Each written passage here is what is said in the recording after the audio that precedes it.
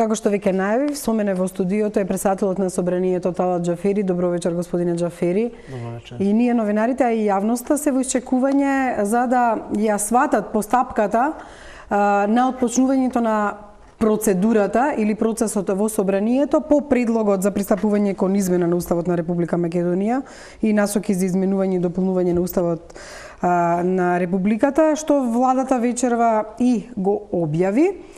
Дали имате сознанија дека овој предлог е веќе стасан до собранието, затоа што по пресконференцијата портпаролот најави постапката почнува веднаш? Управо дури ги имате воведните зборови, ми стигнува порака во собранието дека е пристигнато, значи материјалот е добиен во собранието. И тоа е потврдно, значи дека е добиено. Имајќи предвид дека сум тука, јас не сум го гледал текстот кој што е донесен во собранието, но оно што е објавено во веб страната на владата стои како тако. Се надевам дека е истиот материјал, значи нема разлики по однос на оно што е материјалот објавен во веб страната на владата и оно што е пристигнато на собранието.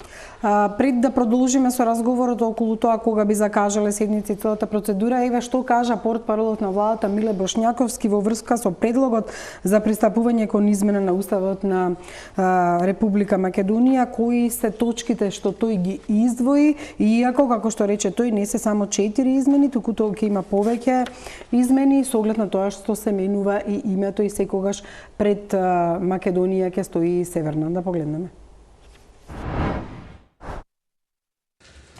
Под број 1. Додавање на придавка Северна во името на Република Македонија.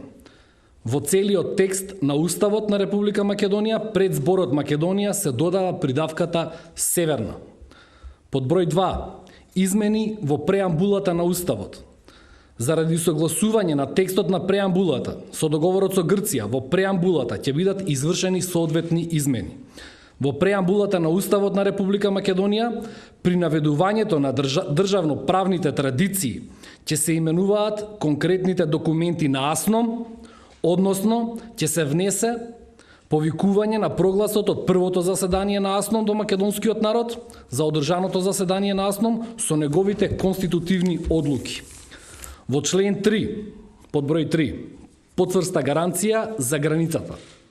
Во член 3 од Уставот е регулирано дека територијата на Република Македонија е неделива и неотуѓива. Постојната граница на Република Македонија е неповредлива. Република Македонија нема територијални претензии кон соседните држави. Границата на Република Македонија може да се менува само во согласност со Уставот, а врз принципот на доброволност и во согласност со општо прифатените меѓународни норми. Овој член веќе бил изменет во 1992 година со амандман 1, кога било додадено принципот на доброволност при промена на граници и согласно со општо прифатените меѓународни норми. Исто така со овој амандман било декларирано дека Република Македонија нема територијални претензии кон соседните држави. Со новиот уставен амандман кој се предлага ќе се декларира почитување на суверенитетот, територијалниот интегритет и политичката независност на соседните држави, и со тоа ќе се прецизира потврста гаранција за трајноста на границите и дека Република Македонија нема територијални претензии. Тоа ќе значи заштита на територијалниот интегритет на Република Македонија и на соседните земји. Под број 4. Грижа за македонците и диаспората во странство.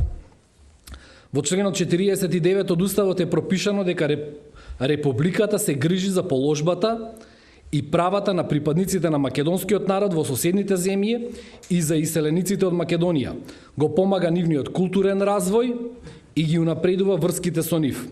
Републиката се грижи за културните, економските и социјалните права на граѓаните на Републиката во странство. Републиката при тоа нема да се меша во суверените права на други држави и во нивните внатрешни работи.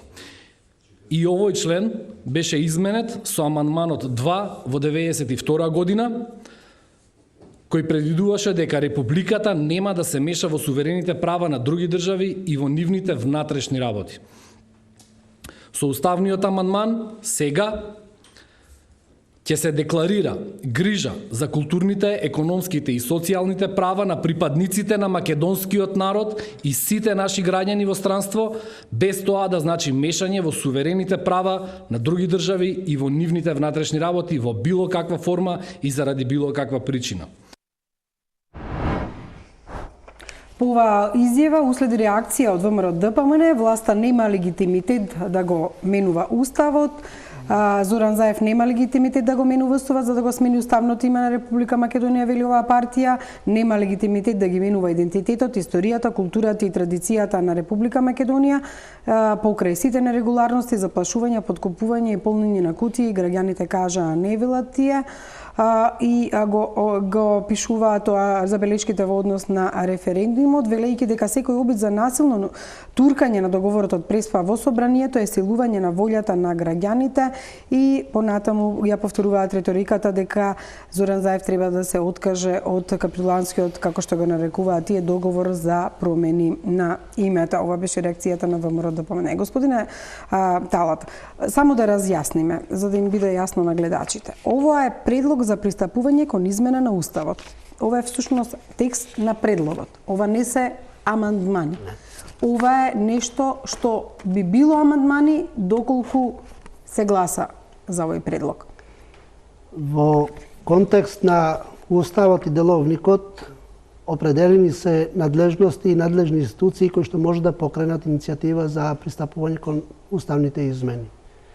Во тој дел, значи, е санкционирано дека председателот на државата, владата, фактички, 30 пратеници или 150.000 граѓани со своји подписи, со властен представник, можат да покренат иницијатива за уставни измени и во член 194 од деловникот е пропишано содржината која што треба да ја има, формата и содржината на предлогот на одлуката за пристапување, кои елементи треба да ги содржи. И во тој контекст, оно што го видов во меѓувреме што е објавено, значи од владата и што е донесено во меѓувреме до собранието, значи ги исполнува формалните услови да може да се има предмет на покренување постапка во собранието и во тој контекст мислам дека е све легитимно, легално, законски, уставно. Онака како што не треба. Меѓутоа, она што вас ви отежнува работата е, прво владата е предлагач, а можело и со 30 пратеници ова да се направи. Ке беше ли полесно за собранието ако се повторно тргнеше од собранието? Не е битно кој ќе биде предлагачот. Постапките и процедурите и обврсите на собранието се исти, без оглед дали тоа ќе бидат 30 пратеници предлагачи или ќе биде владата како што е во случајот. Меѓутоа ќе имавте некаков тест на пратениците. Во тој контекст нема никаква пречка, значи да се работи и собранието и не е собранието, да кажам, ускратено од своето право. Не, апсолутно не, меѓутоа ќе можеше да се види колку мина ќе се потпишат на тој предлог од пратениците. Работава не е во потписите. Работата е политички договор кој што ќе треба да обезбеди пошироко мнозинство од оно што го има мнозинство во собранието и во тој контекст мислам дека е и оправдано владата да биде предлагачот кој што ќе има и обврска комуникацијата да ја прави на политичко ниво со политичките партии кои што се застапени во собранието, затоа што фактички преговорите, разговорите од политички аспект излегуваат надвор од можноста собранието само по себе, имајќи предвид и тежината на темата и на содржината која што треба да се одвива,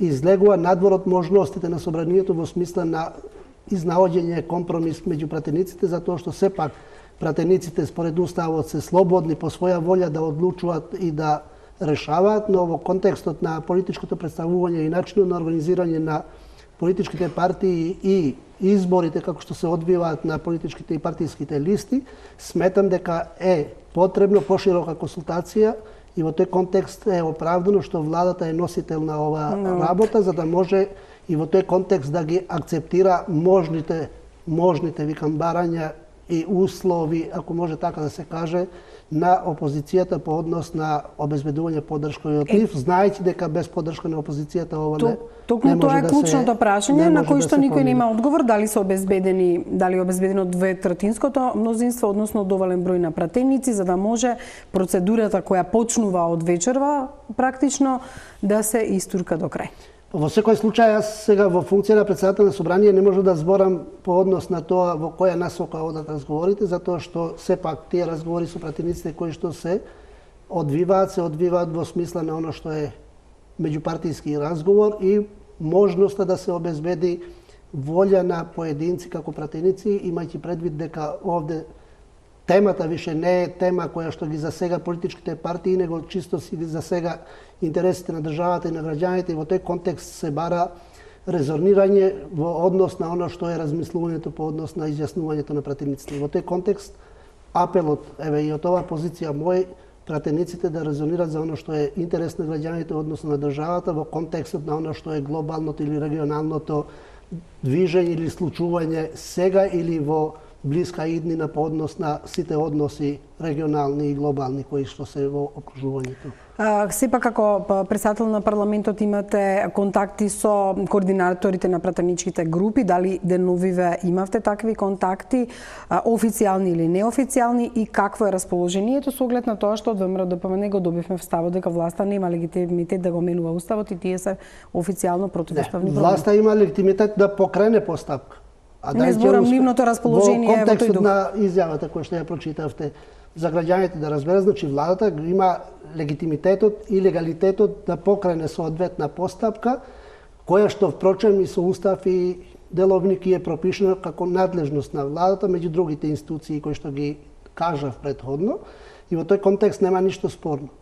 Но во контекстот на разговорите и комуникацијата со пратениците, во секој случај, значи со оној дел, бар јас што комуницирам и што можам да комуницирам, има дел од нив кои што изразуваат загриженост по однос на состојбата и на работата на кај оди државата и интерес на граѓаните, по однос на оно што се тврдењата или заклучоците партиски. И во тој контекст е потребно да се продолжат можните преговори, разговори по однос на оваа тема, за да се дојде до конечно решение, пратениците да можат самоволно по однос на оно што го имат како чувство да можат да гласат во насока на оно што е поддршка, за да може земјата и граѓаните да одат таму кај што се определени да одат, тоест во НАТО и во Европска унија. Меѓутоа за пратениците од ВМРО-ДПМН можам да кажам дека не е улесни, генерално за пратениците референдумот можеби и им отежна, затоа што нивната партија сега вели дека е нелегитимен и дека не можат пратениците да се повикаат на резултатите од референдумот.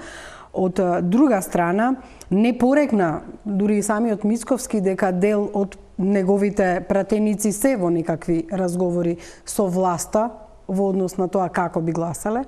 Клучното прашање е дека овие луѓе, било да е од ВМРО-ДПМН, имаат притисоци или од СДСМ, уверена сум и не може никој да демантира дека се наоѓаат во еден можеби клинч и во една ситуација каде што од една страна сака да изразат својата волја, од друга страна дел од нив може имаат и кривични пријави од СЈО, од трета страна се плашат и од сопствената партија, од реакцијата и од заканите на сопствената партија, и прашање дали ќе издржат воопшто, ако денеска, односно утре или во наредните 10 дена го поддржат овој предлог, да издржат уште 100 дена да гласат на крај за него.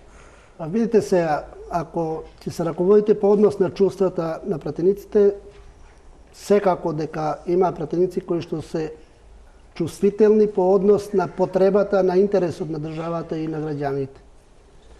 И по однос на позицијата кон припадноста на партијата, сепак тоа е чувствена одговорност и кон субјектот на кој што му припаѓаат, но во секој случај апелот и повикот е сите ние 120 пратеници да резонираме по однос на оно што е потреба на граѓаните, а не потреба на позицијата наша. Јас ве разбирам со апелот и дека е добронамерен. Меѓутоа еве да сте во кожата на тие пратеници, велам. Разбирам, значи да ние сите се ставаме во таа позиција. И вие сте политичар со искуство. Во секој случај ние сите сме били во некоја ситуација за некој законски проект да се донесе или да се изгласа. Можеби не секогаш сме биле согласни по оно што лично сме го чувствувале, но кога сме избрале и кога сме прифатиле да бидеме представници на интересот на граѓаните, значи треба да се разбере дека во собранието има и моменти кога ќе треба да се носат и тешки одлуки како што е ова денеска. Меѓутоа, оно што е битно треба да се разбере дека тоа не го правиме од позиција на нашите позиции лични внатре партиите или внатре институциите, него тоа го правиме од интерес на граѓаните кои што не избрале да ги представиме и го правиме во интерес на оно што е државата како интерес, како целина да биде член на НАТО. Меѓутоа тие се исправени пред државата и сопствениот живот и на семејствата. Имаш изјава нели на Данев, тој отиде да гласа на референдумот и се повлече. Не сакам сега поединечно пратениците да не би се разбрало погрешно после констатациите и конотацијата да не би била погрешна.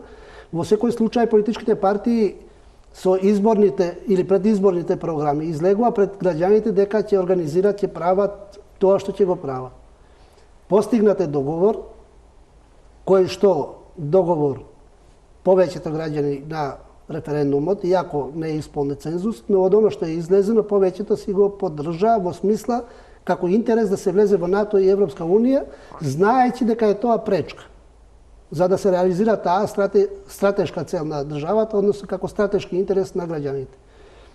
Во тој контекст, ВМРО, ДПМН и СДСМ покасно се приклучија кон идејата дека треба да се организира референдум, за да можат граѓаните да се изјаснат. Сега, доаѓа во ситуација еден субјект политички да излезе и да каже ние не сакаме да учествуваме во референдумот, ги оставаме граѓаните сами по себе да одлучуваат. Во секој случај, оно што е партиско, значи членство, се раководило со одлуката на партијата да не излезе на референдум. Меѓутоа, на гласање кога се излегува, се бројат они што се излезени, а не се бројат они што не излегле. И не може никој да претендира дека ги има разликата од гласовите кои што не излегле на изјаснување, дека се нивни гласови. Во секој случај, граѓанинот бил слободен да каже јас сум избрал институции соодветни, легални, легитимни на фер, слободни избори во 2016 година и на нив сум пренел делот од одговорноста, од суверенитетот, за да во моје име одлучуваат за оно што е битно за државата и за граѓаните.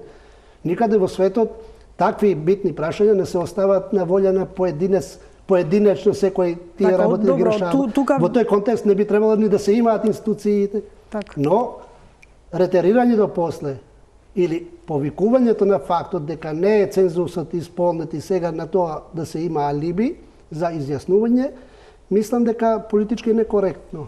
Затоа што вие како председател на собранието се покажа дури и кога беше апсењето на дел од претениците заради 27 април, покажавте на некој начин добра волја, ги велам, ја следевте процедурата, ја нагласувавте процедурата која треба да биде исполнета за да се уапси пратеник.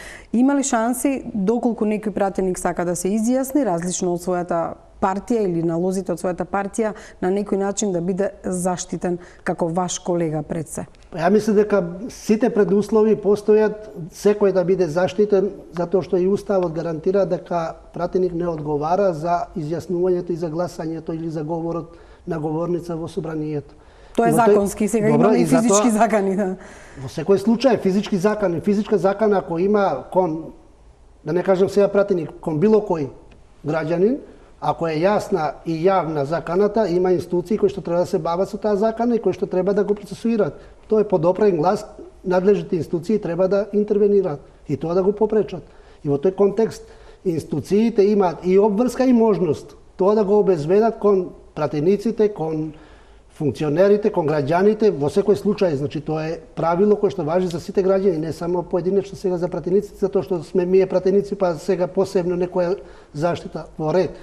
Имунитетот кој што е даден е еден вид од заштита општа.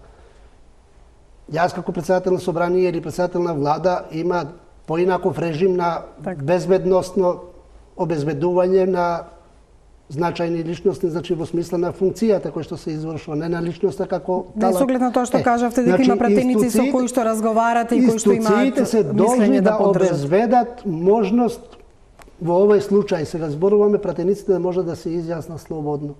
Ако веќе има такви. Јас пак викам, и меѓу колегите од ВМРО ДПМН има пратеници кои резонираат трезвено, без емоции, со сета тежина на прашањето кое што е тема на разговор, односно на одлучување, но размислуваат трезвено за оно што е иднина на државата, односно што е иднина на граѓаните кои што ги представуваат. А сите ние ги представуваме граѓаните на Дали на тоа трезвено размислување влијаат и нивните кривични пријави покренати од СЈО и дали тука веќе е тој политички може би тоа е дел од мислам дека е тоа дел од погрешната реторика и кампања што се води, имајќи предвид дека дел од пратениците се подлежни на процедури и постапки во судските органи, но тоа не треба така да се земе, затоа што уште тоа им е товар повише ако некој треба да се почувствува или да се перципира дека тоа го прави за нешто лично за себе, наспроти Меѓутоа што ако некој од тие крене рака за предлогот, ќе се свати во јавноста дека ете, тој нема повеќе ќе биде амнестиран. Јавноста треба да знае дека тој што е одговорен за некое си какво дело, било кое и да е, не треба да биде поврзано за неговото изјаснување за оно што му е право и обврска како пратеник да се изјасни слободно на процедура, значи на седница на собранието, и во тој контекст не би требало да се поврзуваат тие работи. Оти поврзувањето на тие работи си прави штета повише него што може да помогне во ситуацијата да се излезе од оваа ситуација. Со оглед на тоа што ми беше планот да го започнам интервјуто со процедурата за која што следува, меѓутоа ете за јавноста мислам дека беше интересно да се слушне дали какво е расположението на пратеници и на пратеничките групи со оглед на тоа што ви имате секојдневни контакти.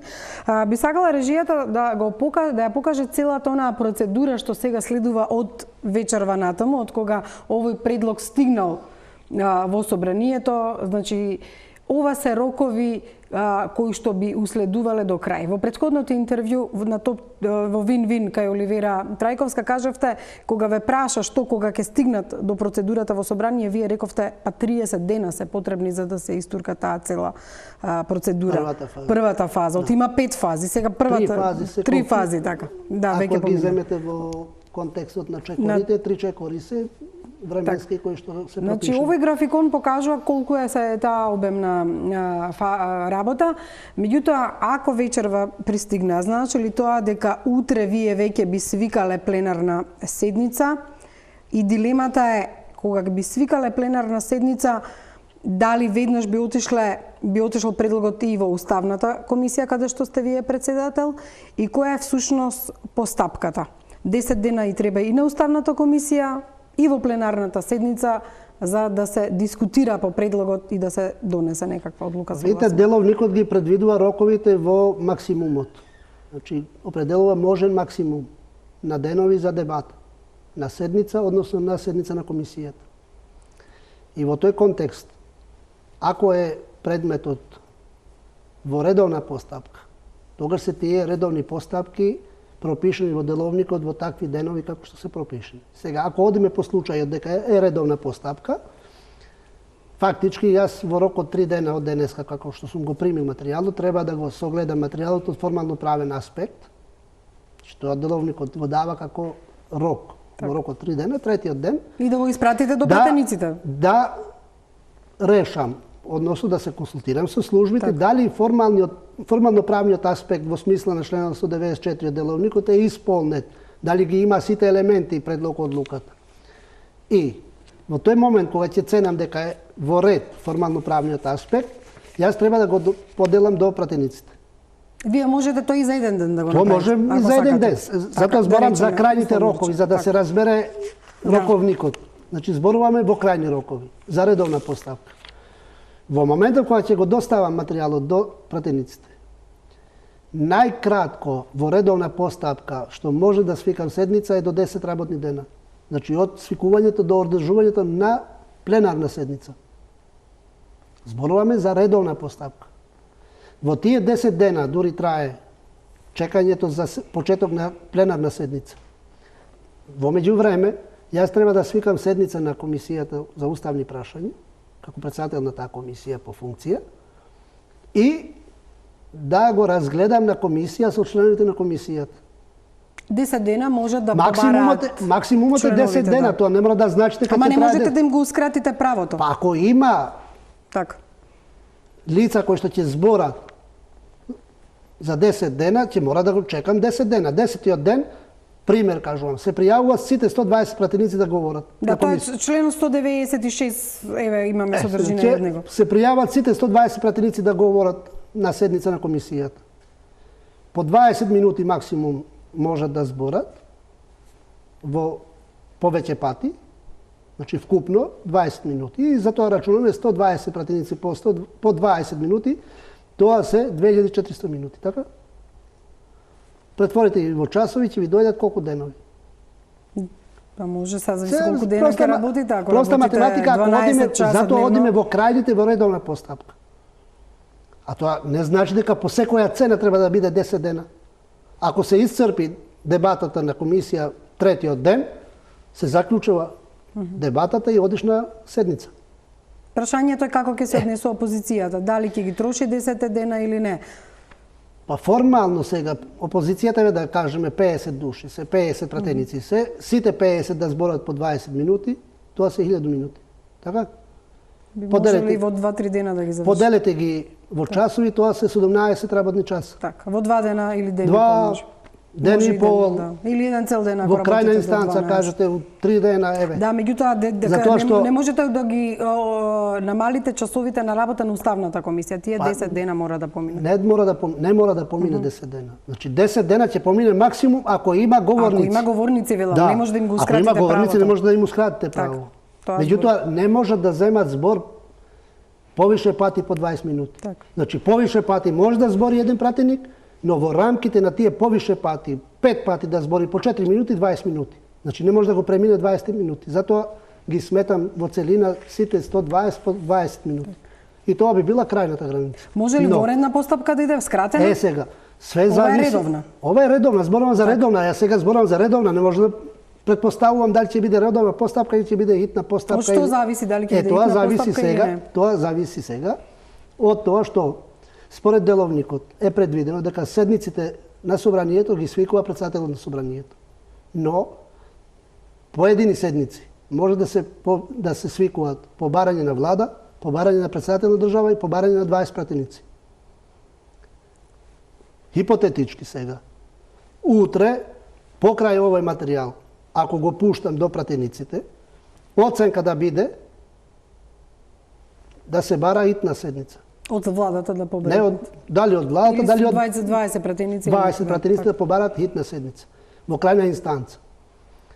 Тоа право и јас го имам како претседател на собранието според деловникот.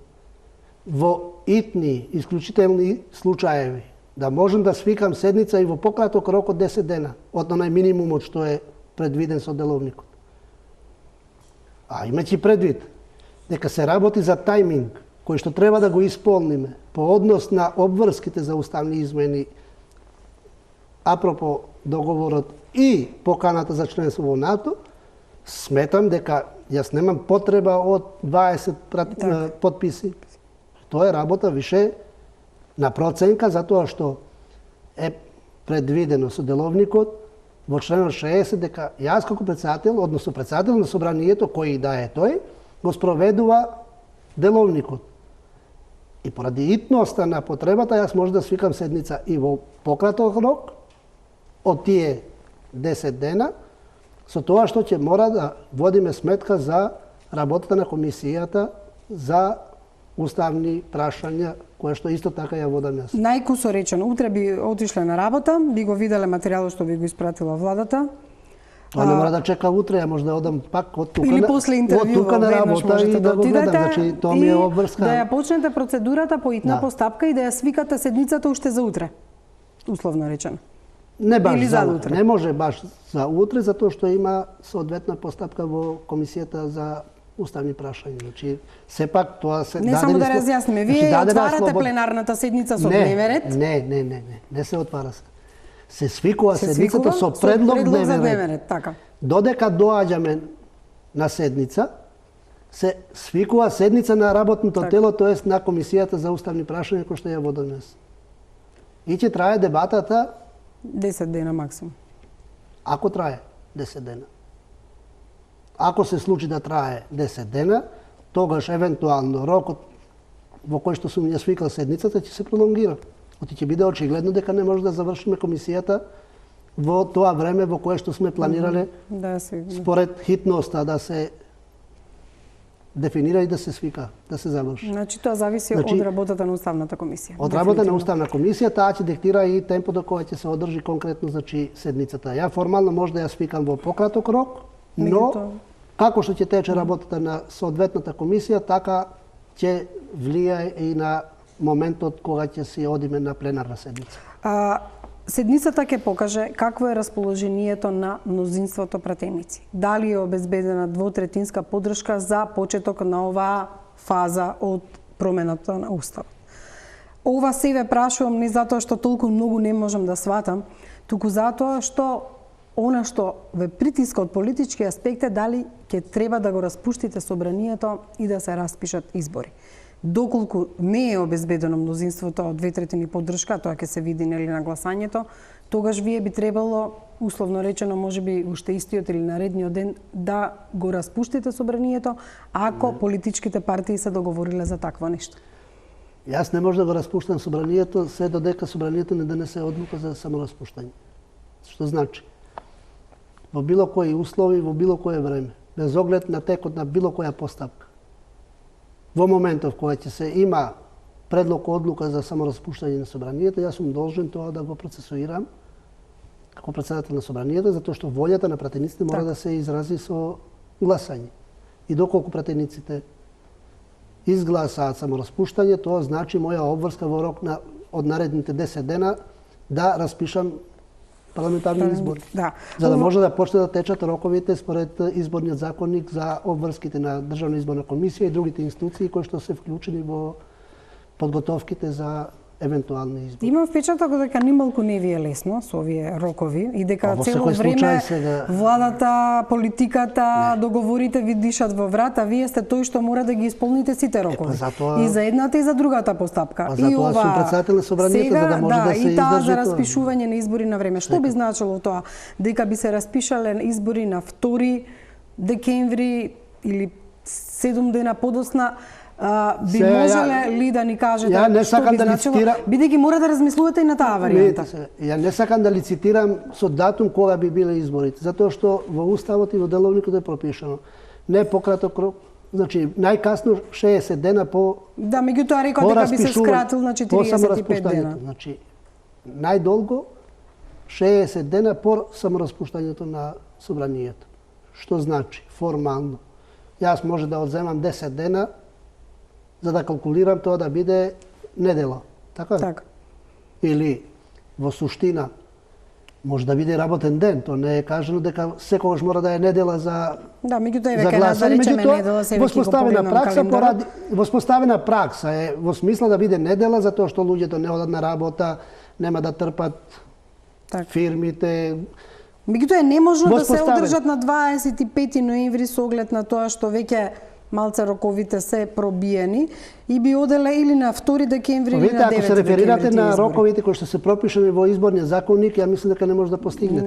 Нема, да, меѓутоа. Затоа што има ако- фиксни рокови таму. И има менливи рокови кои што може да се скратат.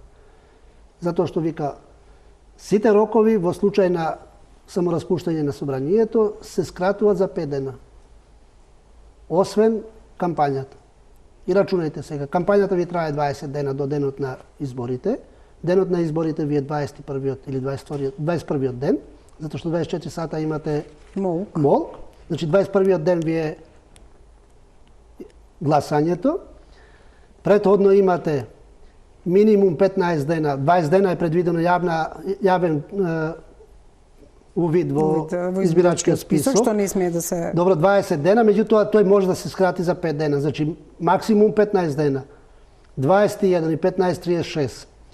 5 дена е жалбениот процес во сите нивоа на жалби. Прва степена, втора степена, па управниот суд. И тука имате 5 дена. Што не може да ги избегнете, не може да ги скратите. Не може да сведете на еден ден све тоа да се случи. Значи, тоа се 20 и колку дена.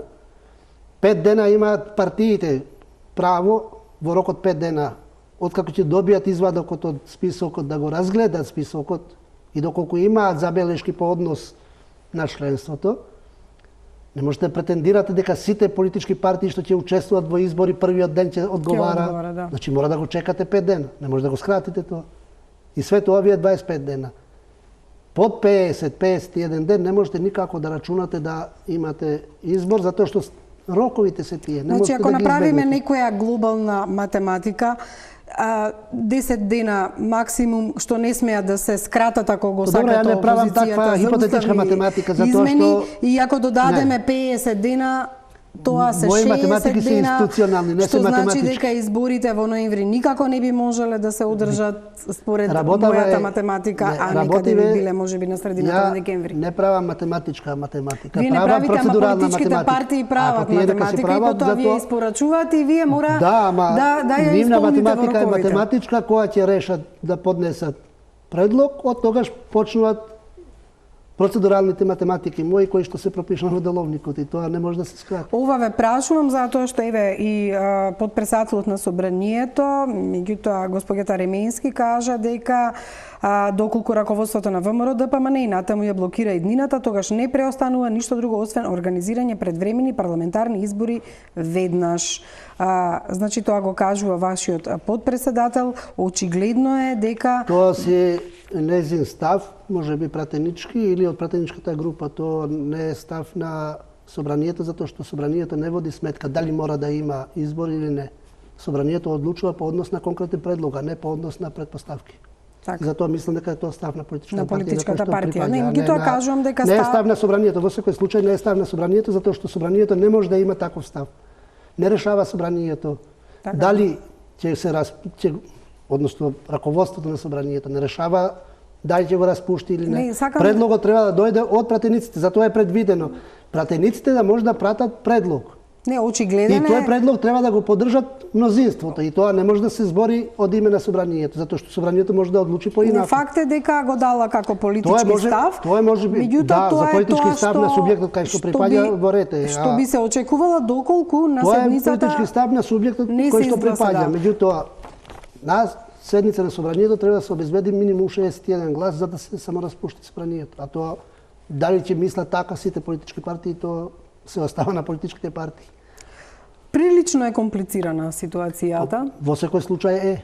и политички, меѓутоа еве и кај вас во однос на запазувањето на, знаете, вие по деловникот се раководите. Па, немам пошто друго. Во владата имаат свој деловник, односно Да, има деловна своја влада, агенда. имаат политичка одлука. Тоа е пише политичка одлука која што во соодветна постапка треба да се спроведе во постапување Колку институционално. можете да се усогласите, затоа што и вашата политичка партија е дел од тој процес? Колку вие како председател на собранието можете се да усогласите? Со оглед на тоа што еве и оваа вечерашна ситуација ве стави во тоа да вечерва е веш, како што велите, вие може ќе одите на работа. Значи, колку е реално да го испорачате она што политички ќе го договорат? Ако се договорат политички, може да се испорача све што се договара. Затоа што е тоа постапка. Тоа подразбира усогласување, консензус меѓу политичките партии што го ја чинат составот на собранието и доколку тие имат усогласен став по определено прашање, тоа процедурално не е никаков проблем да се спроведе. Политички колку е реално да се бараат предвремени избори и окрупнување на мнозинството на коалицијата со оглед на тоа што Тоа е се нејасно политички дали би имало калкулации, ја не би заеднички сакал да листи? навлезем. Тоа се политички или партиски калкулации во кои што ја не би сакал да навлегувам. Со председател на собранието треба да спроведам процедури, постапки, оно што се бара со соодветна постапка и од соодветен предлагач по однос на прашањето кое што се посегнува, односно се покренува пред собранието. Ајде да го свртиме другшие прашањето. Вие сте председател на собранието, мислите ли дека има волја кај пратениците да изгласаат само распуштање? Не се работи за волјата, се работи за евентуалниот исход од можните предвремени избори. Не, И меѓутоа констатација- ризикот е да се оди на Сега, предвремени избори, да се тоа е- обезбеди или да не се обезбеди Веројатно- мнозинство, односно 2/3 за повторната Па процедура не сакам на да гласање. прejudicирам, затоа викам кога ќе се пушти предлог. Јас мислам дека таков предлог нема да пуштат пратеници кои што не обезбедиле сигурност во исходот на одлуката. Значи не може да биде еден субјект кој што ќе пушти таква одлука без да има консензус од другите политички партии. Јас процедурално тоа ќе си го ставам на дневен ред. Значи нема никаков проблем тоа да се постави на дневен ред. Но исходот зависи од тоа колку се усогласени политичките партии кои што се застапени со пратеници таму. И доколку обезбеда 61 глас за самораспуштање, јас тоа не може да го попречам. Во смисла, не може да го попречам. Ако сум јас 61-иот, па да не гласам, па добро, па да испадне дека не поминало. Тоа е веќе од друг аспект. Кога сме кај предвремените избори, колегите ми дадоа изјава што има дадено Кукан, ако има предвремени избори ќе биде хаос во земјата, вели тој. Во тој контекст европратениците потенцираат дека во овој момент не се знае дали во Македонија ќе успее да се најде двотретинско мнозинство за усвојување на договорот или ќе се оди на предвремени избори, вели Едвард Кукан од Европската народна партија, кој порача дека доколку има промени во состојбите во Македонија, содржината ќе може да се адаптира кога извештајот за Македонија ќе се усвојува на пленарната седница на Европскиот парламент во ноември, и вели тој мојата единствена забелешка е дека ако е потребно да се одржат предвремени избори, ќе има хаос во земјата, долго трае, рече Кукан на дебатата за Македонија, додавајќи дека постои сериозна загриженост за Македонија, а европратеникот Фленкенштајн од социјалдемократите изразил надеж дека преспанскиот договор нема да стане колатерална штета на можна политичка криза во земјата, додека конзервативецот Чарлс Танок од својата страна порачал дека без договор со Грција за спорот, процесот на придружување на Македонија кон ЕУ ќе стане академска вежба. Ова се, значи, нивните впечатоци и навистина загрижува фактот што и самите евродипломати и политичари сметаат дека предвремени избори ќе можат да доведат до поголем хаос во земјата. Каков е вашиот впечаток околу? Добро, во секој случај мојот став по однос на тоа не се разликува многу од оно што е став и на европратениците. Ние сме имале долга расправија околу сите подготовки претходни во случувањата, значи од прошлата година наваму, и општа е констатација, значи дека не треба загриженост да покажат пријателите кои што не поддржуваат за нашите напори 3 деценијски да бидеме членка на НАТО и Европска унија.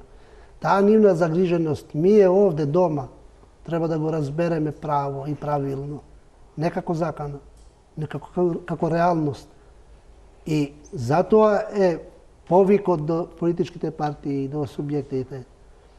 Таа загриженост, впрочем, Кукан е представник на народните партии во Европската унија, сестринска партија и на опозицијата наша. Значи, ако онја покажува таа загриженост, каде е сега подготвеноста на нас овде како политички субјекти да разбереме таа загриженост што ја имаат меѓународните институции, имајќи предвид дека може би се и посоодветно подготвени и припремени со соодветни информации по однос на глобалните случувања. Очигледно е дека Мицковски не го менува ставот и покрај ваквите изјави на Кукан, покрај реакцијата на ЦДУ. Значи имаше повици и дури и со заканата да биде исклучен од сестринските партии, ако му укажуваат дека треба да превземе одговорност за нештата дома, сметам дека треба да има слух да ја разбере таа загриженост. Како впрочем сите ние што ја разбирам. И во тој контекст, мислам, еве, скоро 10 дена поминуваат од референдумот, да си седнат сите со ладни глави и да размислуваат за државата, за граѓаните, а не за партиите кај што ќе бидат и како ќе бидат. Секако партиите пак ќе дојдат и во идни избори, ќе дојдат партиите со мандатите во собранието. Но кој ќе биде резултатот и загубеното време, последиците по однос на тоа кои ќе бидат, да препочитувам, имаат соодветни информации институциите и партиите по однос на нештата што се случуваат и што ќе се случуваат глобално или регионално. И во тој контекст не е за отфрлање загриженоста на Кукан и другите европратеници по однос на оно што е напорот ние да бидеме дел од Европска унија и НАТО.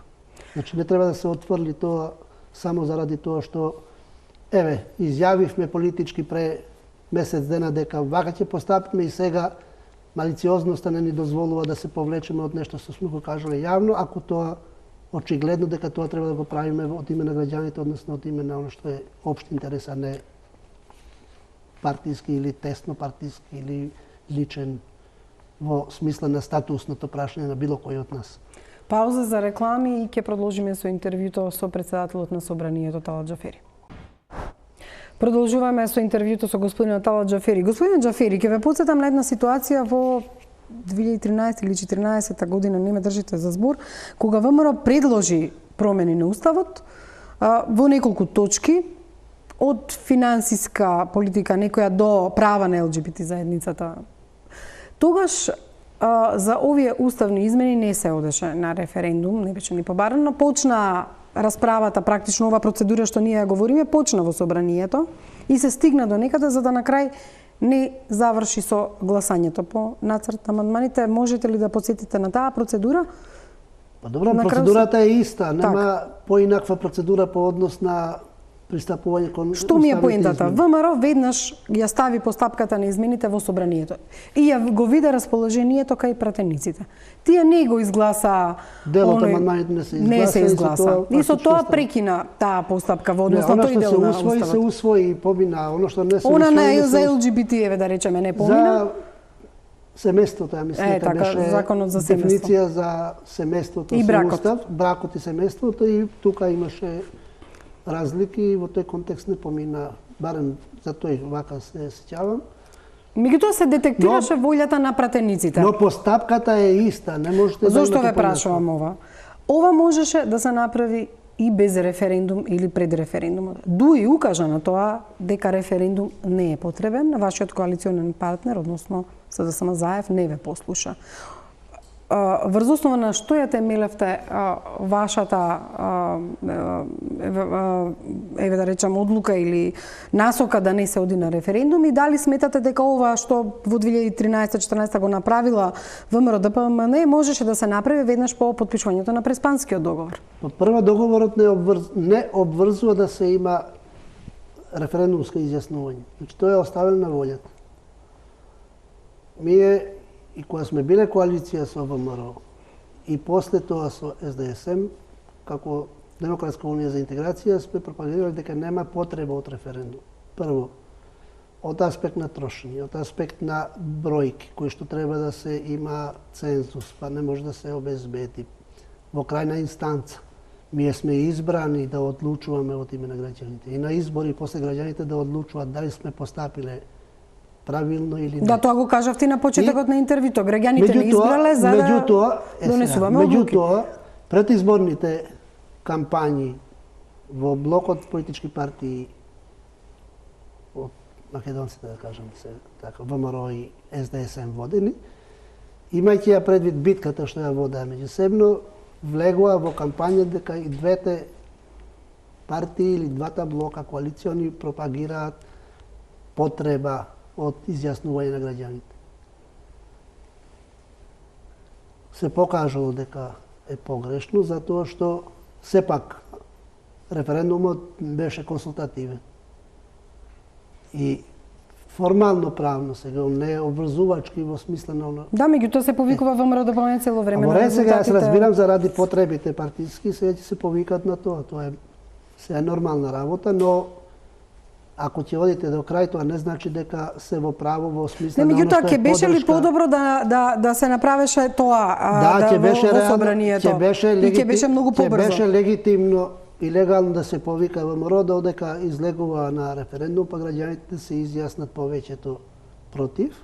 Меѓутоа тоа не се случи. Јас ве прашувам Па, дали ќе затоа беше сега- подобро постапката да Јас почнеше во разбирам- собранието јас разбирам- без референдум, да одеше по на сценарио што дуи го... Постфестум е више тоа, ако предпоставите дали ќе беше подобро или не, во секој случај ќе беше порелаксирана ситуацијата во смисла На роковите барем. не на роковите, на односите меѓу двата блока коалициони во политичките партии. Меѓутоа никој не можеше и- да го оспори правото и на предвремени избори. Можеше да помине така како што Па, ќе во- помине во собранието. во секој случај Ако се- немаше двотретинско Тоа мнозинство, се више можеше ипотетички повторно. предпоставки, тоа се предпоставки, више не може да се дае заклучок по тоа постфестум што ќе било, кога би било. Да, меѓутоа Тоа помина, заврши.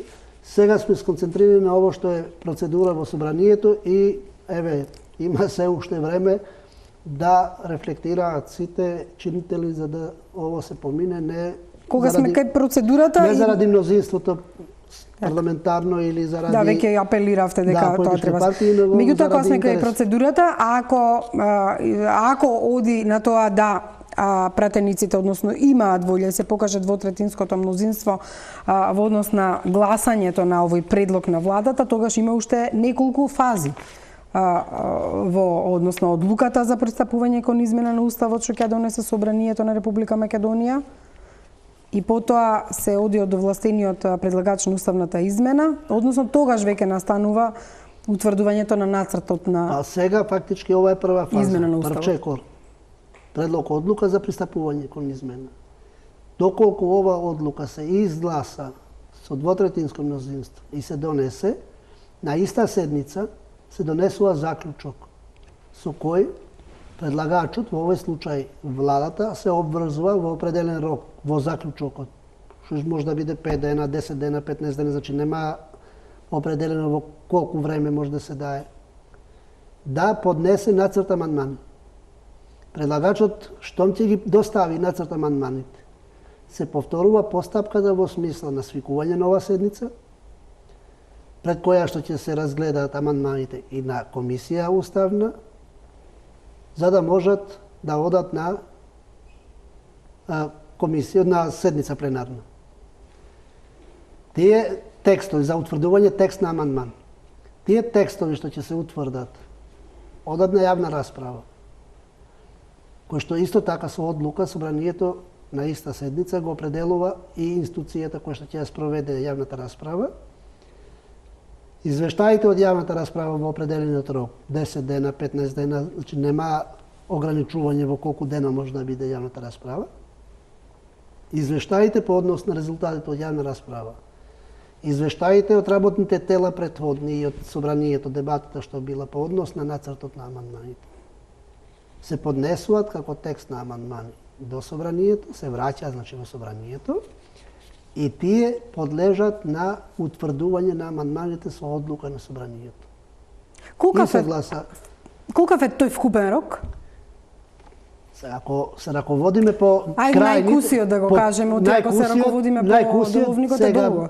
Да пресметаме све оно што е предвидено 3 дена за секој амандман. Ако одиме во еден ден, значи формално може во еден ден да се заврши дискусијата по нацрт амандманите, колку и да се, 4, 5, 6, колку и да се, во еден ден може да се заврши, ако има договор. Ако не, ќе се оди во крајниот рок 3 дена за секој амандман, максимум. И да рачунате се 4, 5, 6 или колку имате амандмани, по 3 дена максимум, толку дена. Значи, тоа се математика. Затоа викам, не можете сега однапред да кажете математичка пресметка колку ќе трае. Затоа што процедурата ги предвидува максимумот, за да може да се има минимуми во еден ден. Тоа се е работа на консензус и на договор. Она што го кажа Ремински денеска, беше малце и чудно наметнувањето на тоа како ќе се гласа во собранието во однос на постапката, односно во однос на и самиот пристапување кон предлогот за измена на уставот. Вашиот сопартиец Бујар Османи кажа дека тоа може да биде и тајно гласање. Што веднаш покажуваат не е убаво и вкусно некој од извршната власт да му налага на собранието како ќе се однесува односно на пратениците. Тоа налага деловникот. Сега тоа што го изјавува некој од влада или надвор од собранието, тоа е ствар на политичко размислување онако како што Поддржувате ли тајно гласање за вака битно прашање? Со оглед на тоа што дел од пратениците на ВМРО кажа и дека ќе излезат и нема да воопшто присуствуваат. Видите сега ако се оди во насока на заштита на оно што е загриженост на пратениците, секако дека може и тоа да се спроведе. Меѓутоа тие што ќе останат практично се предавници можеби на својата партија. Така може да бидат наречени. Затоа е тајно гласање. Знаете што ВМРО може да реши да излезат сите тие што ја поддржуваат одлуката на ВМРО, а да останат оние што и така ќе бидат препознаени. Но тоа е више друга работа. Затоа викам, како опција можна е од причините што кажав, што треба да обезбеди сигурност на пратениците. Но во секој случај тоа е стварна одлука на собранието која што пак исто треба да се изјасни или по мој предлог или по предлог дури да не е тајно гласањето, пратениците на ВМРО може да излезат и воопшто да не учествуваат на гласање. Затоа викам хипотетички се тие работи, не може така да ги предвидите сега. Работата во тоа што ние цело време зборуваме хипотетички. Ако гледате ова интервју се темели на две работи. Цело време ве мешам што би било ако се поддржи со 2/3 предлогот за промена на уставот, а втората работа што ќе биде ако има избори. Па сега пак одам на тоа што ќе биде ако пак има предвремени избори. Ќе има избори, ќе има мандатари, мандат кој што техничката влада, која што денеска и Шекеринска кажа дека би била техничка влада, по дефолт е техничка, затоа што мандатот на таа влада е... Владата е во оставка. Така. И секако е техничка. Техничка влада сега политичкото прашање, да, тука не може да се 100 дена пржинска влада е некако нереално да се направат. А од друга страна, техничка влада што значи? Техничка влада на оваа влада, односно оваа влада би ги организирала изборите или би му дала за право или исполнување на барањата, на дел од барањата на Мицковски да внесе министер за внатрешни и слично? Ако тоа се договора, тоа е пржинската влада. Со намален рок на делување? Па затоа викам, све е ствар на договор кој што ќе претходи веројатно, ако се оди на таа варијанта, ќе се оди на законски измени, за да се измени законскиот рок. Ако е 100 дена предвидено, а треба во пократок рок, затоа викам, тоа се више предпоставки кои што ќе барат и други активности во собранието пред да се распушти собранието. Што значи, ако се оди во таков тип на техничка влада по принципот на пржинскиот договор, со евентуално скратен рок, како што го кажувате вие, тоа значи дека треба да се претрпи законска измена во законот за влада, да тоа не биде први 100 дена пред изборите, него да биде во тој рок што ќе се определи. Ако се определи за таков тип на... Може да остане оваа влада во оставка, оти по распуштањето на собранието, владата е по дефолт техничка, више не може да функционира како влада со полни надлежности. Може ли да избегне пржинската влада? Може да се повика на предвремени избори и слично, значи ова е се варијации на тоа се све работи одлука која ќе имате за самораспуштање. Што вреди више законската определба дека треба да има техничка влада 100 дена пред пржина? Тоа се све работи кои што треба да се земат во предвид што е што пропишано со прописите за да бидат во рамки на оно што претходно е договорено. Договорена е пржинска влада. Претходно 2015 година е тогаш е договорено и направени се законските измени дека било кои наредни избори што ќе се одржуваат, дали редовни или предвремени, ќе се применува принципот на техничка пржинска влада. Значи техничка пржинска влада. Тоа е ставено во законот. Така. Каде што би биле одредени членови на како што е принципот? Таа влада министерот за внатрешни да биде од опозицијата, министерот труд и социјала да биде од опозицијата, заменикот во земјоделие и во транспорт или животна средина кај беше соврзан подпис со министерот и низа други. Реално ли е ова според вас, ако веќе се решат на избори? Ако се решат за датум, све е реално да се спроведе доколку се договорат да има спроведе политичка волја. Она што сепак е нејасно и можеби неможно да се формира антикорупцијската комисија. Правење на избори без антикорупцијска комисија значи дека нема тело кое што ќе донесува одлуки или ќе проверува што всушност таа техничка пржинска и влада ќе прави во тој период на предизборие. Да. Вработување зборувам и слично. Во ред антикорупцијска има дел од надлежности. Не може да покрене онај систем кој што е пропишан со изборниот законник во крајна инстанца.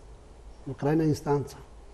И во недостиг на таа институција има други институции со соодветни надлежности кои што може да преземат соодветни мерки кои што ги покренува антикорупцијската комисија. Во тој контекст, значи, нема празнина во системот, но само е спроведувањето во прашање дали ќе го спроведат или не. Не прашањето кој ќе биде тој што ќе ги проверува работите кои што се битни, да не се злоупотребува за кампањата, вработување и останати работи кои ќе влијаат на одлуките на граѓаните. Имавме референдум сега. Немавме антикорупцијска. За прекршувањето на постапката, кој беше надлежен? Министерство за внатрешни работи. Штом ќе утврди дека има прекршување, ќе постапи. Знаете, искуствата со МВР и од друга страна ВМРО обвинува за избор за нерегуларности за време на референдумот. А јас ако го исчитав целото соопштение, таму има нагласено каде се имало прекршување. Не му веруваат, ако не е имаме неспецифични законски решенја за оно што се демократските принципи, односно општество. Проблемот е што институциите не се спроведуваат. На секоја институција мора да има некој контролор на таа институција. И затоа сме дошле до баланс на институции со испреплетени надлежности исти. Господин Џафери, од Значи, тоа се тие работи довербата во системот. Ако не се изгради, вие може да изградите институции колку сакате, ако се нема Очигледно, доверба во нивната работа. Зато и ве џабе. прашувам вакви работи. Господин Затоа Џафери, по ова интервју што ќе направите? Ќе заминете дома или во собранието и дали веднаш ќе пристапите кон на што вас ви го прати владата, предлогот за пристапување кон измена на Уставот на Република Добро, во Македонија? секој случај во фаза е на согледување на предлогот во формална смисла. Ти кажавте не е исклучено Добро веднаш да да не е отидете. исклучен, затоа викам, сега службите работат на стручниот преглед на содржината, за да се утврди дали се исполнети сите формалности и во тој контекст, дали вечерва, дали утре ќе се определи, односно ќе се подели до пратениците материјалот и со тоа фактички почнуваат и роковите за свикување на седница на комисијата и свете друго. Не ве стави во ситуација да ги коментирате овие предлози, вака како што се напишани за личење на амандмани. Меѓутоа, еве, јас веројатно утре повеќе ќе имаме простор да толкуваме. Во целиот текст на Уставот на Република Македонија пред зборот Македонија се додава придавката Северна, тоа значи секаде во Уставот, каде што има Македонија, ќе има Северна. Во однос на измените во преамбулата на Уставот се вели дека се именуваат конкретни документи на АСНОМ, односно ќе се внесе повикување на прогласот од првото заседание на АСНОМ до македонскиот народ за одржаното заседание на АСНОМ со неговите констатативни одлуки. Тоа е во рамки на член 194 од деловникот за предлогот да биде во формален аспект како што треба, ги има тие елементи што се пропишани таму. Сега конкретно не би земал да ги коментирам затоа што не се тоа предлог амандмани, него тоа се причини поради кои треба да се извршат измените. Меѓутоа ова упатува на тоа дека ќе се нагласи дека Македонија е основана во секој случај од тој момент. до пратениците дава информација во која насока ќе бидат идните нацрт амандмани. Или во однос на содржински. територијалниот интегритет, политичка независност на соседните држави и со тоа ќе се прецизира почврста гаранција за Затоа викам, не можете тоа да го коментирате. Тоа е содржина Што во би која значила таа во која политичка насока. независност? Затоа ќе се објасни во нацрт амандманот. Да, и да дочитаме еве уште и ова дека велат грижа за македонците и диаспората во странство, меѓутоа се наметнува прашањето дека да, дадени се социјална права на припадниците на македонскиот народ и сите наши граѓани во странство, без тоа да значи пак од друга страна мешање во суверените права на други држави и во нивните внатрешни работи во било каква форма и заради било каква причина. Тоа значи дека пак ако некоја земја не го признае малцинството, односно дека има малцинства, тогаш ние немаме право да се мешаме Затоа викам, во тоа нивните кој ќе дојде суверени права. нацртот, не можете сега да го коментирате што е идејата. Затоа он дава насоки во кој правец ќе одат измените и во кои делови. Конкретниот нацрт амандман кога ќе дојде, тогаш тоа ќе биде предмет за конкретна анализа да се види и содржински и сваќањето, односно толкувањето кое е работа. Сега вака да се тоа толкува е непримерено. Да, јас да кажам дека беше моја преферирано толкување. Не, во секој случај вие го цитиравте тоа, не толкувавте, но цитиравте оно што е напишано. Тоа е насока во кој правец ќе оди нацрт амандманот и затоа не би било примерно од тоа да се толкува што ќе биде што. Ви благодарам многу за ова интервју. Еве, ве оставам да работите, како што кажавте, уште вечерва. И вам, почитувани гледачи, ви благодарам што бевте со нас. Останете со програмите на Телма, затоа што во вестите ќе следат сите овие содржини што дел јас ги цитирам, а секако и нови вести. Пријатна вечер.